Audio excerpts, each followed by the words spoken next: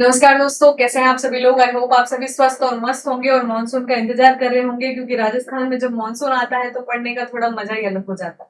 लेकिन अब थोड़ा पढ़ना पड़ेगा, क्योंकि Rajasthan common eligibility test CET 2026 का नोटिफिकेशन आउट हो चुका है। कंप्लीटली नोटिफिकेशन को आज हम समझेंगे और एग्जाम फॉर्म से लेकर जो है बेसिक से बेसिक डिटेल जो आपके नोटिफिकेशन में दी गई है, क्या नया बदलाव हुआ है, पैटर्न क्या रखा गया है, सिलेबस के चेंजेस के बारे में चर्चा करेंगे। और बात करें सिलेबस की, तो देखिए 120 दिन आपके पास बचे हैं, रणनीति बहुत अच्छे से बनानी पड़ेगी। 120 दिन की कंप्लीट रणनीति सिलेबस को हम डिटेल से एनालाइज करेंगे दूसरे वीडियो में। अभी हम सिर्फ और सिर्फ नोटिफिकेशन के बारे में समझेंगे, एग्जाम फॉर्म एग्जाम डेट के बारे में थोड़ा जानेंगे। तो यहाँ पर जो है लगभग सीईटी 10+2 में जो है लगभग आपकी 14 जो है वैकेंसीज को रखा गया है। यानी अगर आप जमादार, वनपाल, छात्रावास अधीक्षक, कांस्टेबल, लिपिक ग्रेड, कनिष्ठ सहायक बनना चाहते हैं तो आपको ये सीईटी 10+2 देना पड़ेगा। यानी जो भी अभ्यर्थी 12 पास आउट हुए हैं, जिनकी आयु 18 वर्ष है, उनसे लेकर 40 ईयर्स तक के जो अभ्यर्थी है इसमें पार्टिसिपेट कर सकते हैं सीईटी के अंतर्गत। यहाँ पर जो है कर्मचारी चयन बोर्ड की अगर हम बात करें कनिष्ठ सहायक भर्ती में, तो अलग अलग डिपार्टमेंट की अलग अलग वैकेंसीज निकाली जाएगी। चाहे सबऑर्डिनेट बोर्ड हो गया, पंचायती राज हो गया, प्रदूषण नियंत्रण बोर्ड हो गया, आपके जयपुर विकास प्राधिकरण हो गया, इनकी अलग अलग वैकेंसीज आएगी। लेकिन उसके लिए आपको क्राइटेरिया दिया गया है सीईटी 10+2 पास का कंप्लीट करने का। तो यहाँ पर सीईटी आपकी क्लियर होनी चाहिए। नेक्स्ट अगर हम बात करें दोस्तों, सीईटी में सबसे पहले नोटिफिकेशन में क्या बताया गया है, जो भी student first time 12 pass out हुए हैं और फर्स्ट टाइम फॉर्म भर रहे हैं, उनकी एसएसओ आईडी जो है जनरेट करनी है। उसके बाद ओटीआर यानी वन टाइम रजिस्ट्रेशन आपको करना है, एक एप्लीकेंट आईडी आपको मिलेगी, तभी आपका फॉर्म जो है कंप्लीट प्रोसेस में होगा। तो मेरी एक सलाह है, जो भी अभ्यर्थी अभी फर्स्ट टाइम फॉर्म भर रहे हैं उनके लिए पहला कॉम्पिटिशन है, तो अपने नियरेस्ट टीम मित्र के पास जाकर अपना फॉर्म भराए, ताकि कोई भी मिस्टेक नहीं हो और आगे जाके जो है आपको कोई दिक्कतों का सामना नहीं करना पड़े। तो एसएसओ आईडी आपकी खुद की पर्सनल होगी, आप किसी दूसरे की एसएसओ आईडी से जो है फॉर्म नहीं भर सकते, अन्यथा आपका फॉर्म रद्द हो जाएगा।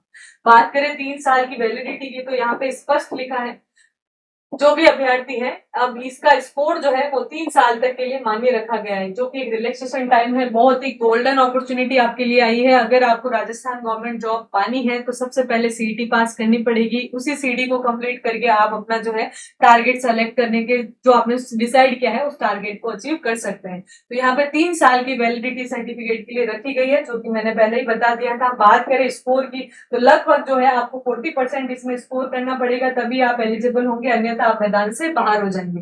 रिलैक्सेशन दिया गया है और एससी एसटी कम्युनिटी को 5 साल का। अगर आप एससी एसटी कम्युनिटी के अंतर्गत आते हैं तो आपको 35% एटलीस्ट जो है स्कोर करने पड़ेंगे।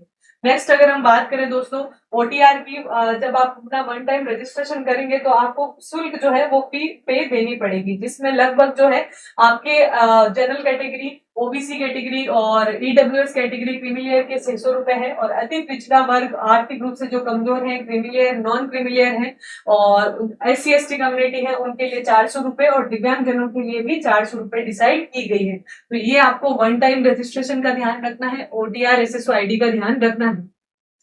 नेक्स्ट अगर हम बात करें यहाँ पे दोस्तों आपकी एग्जामिनेशन डेट की, बेसिक यहाँ पे बहुत सारी बारीकियों से डिटेल दी है, जो कि हमारे लिए इंपॉर्टेंट नहीं है। जिन भी अभ्यर्थी को इंटरेस्ट है पूरा नोटिफिकेशन पढ़ने का, तो टेलीग्राम पर हमारा ये पीडीएफ अपलोड किया गया है, आप वहां से जाकर पढ़ सकते हैं।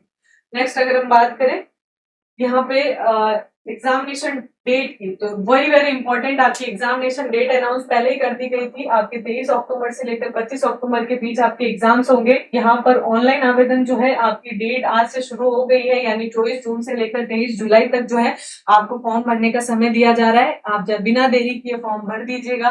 कंपटीशन इस बार बहुत हार्ड रखने वाली है गवर्नमेंट, क्योंकि यहाँ पर जो है सरकार ने सीधे स्पष्ट कहा है कि हमें जो है एग्जाम करवाने के लिए कुछ सटीकता चाहिए। सटीकता कैसे, जैसे आप जब भी कोई फॉर्म भरा जाता है तो बल्क में जो है कैंडिडेट्स आते हैं, तो सरकार चाहती है कि वेरिएबल कैंडिडेट जो एक्चुअल में जो है डिजर्व करते हैं वही कैंडिडेट उस एग्जाम में बैठे।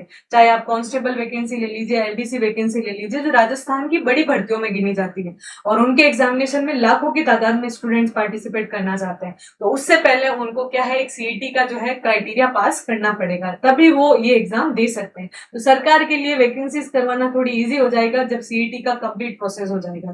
तो यहाँ पर सरकार ने परीक्षा स्कीम जो है उसमें बहुत बड़े बदलाव किए हैं। बात करें एग्जाम स्कीम की, तो लगभग 120 प्रश्न रखे हैं, पहले 150 प्रश्न थे। 300 नंबर थे और 3 घंटे का समय था। अब इसमें बदलाव कर दिया गया है, 120 प्रश्न हो गए, 240 अंक हो गए और 2.5 घंटे का समय दिया है। 40% के स्कोर के आधार पर जो है आपको लगभग 48 क्वेश्चन जो है आपको राइट करने पड़ेंगे, अन्यथा आप मैदान से बाहर हो जाएंगे। तो यहाँ पर सिलेबस भी इस बार बड़ा रखा है। देखिए दोस्तों, सिलेबस तो वैसे most of the Rajasthan competitive examination का सिमिलर ही रहता है, कुछ एक आधा ऊपर नीचे होता है, लेकिन 10+2 का जो सिलेबस है वो सच में बहुत लेंदी है और 120 दिन की रणनीति में इस सिलेबस को कवर करना अपने आप में एक बड़ा चैलेंज है। तो हम कंप्लीटली सिलेबस को डिटेल से एनालाइज करेंगे और स्मार्टली कैसे हम कौन से टॉपिक से अच्छा स्कोर कर सकते हैं उस पर भी मैं बात करूंगी, तो उस सेशन को भी आप जरूर देखिएगा। तो यहाँ पे थोड़ा सा हम सिलेबस को समझ लेते हैं। तो सिलेबस की अगर हम बात करें, राजस्थान का आर्ट एंड कल्चर है, राजस्थान की हिस्ट्री है जो कि कंप्लीटली डिटेल से दी गई है। यहाँ पर कंप्लीटली जीके जो है बहुत ज्यादा बड़ा है मेरे हिसाब से। ये राजस्थान जीके पढ़ना अपने आप में एक बड़ा अथाह सागर है, अथाह समंदर है, जितना पढ़ो उतना कम है।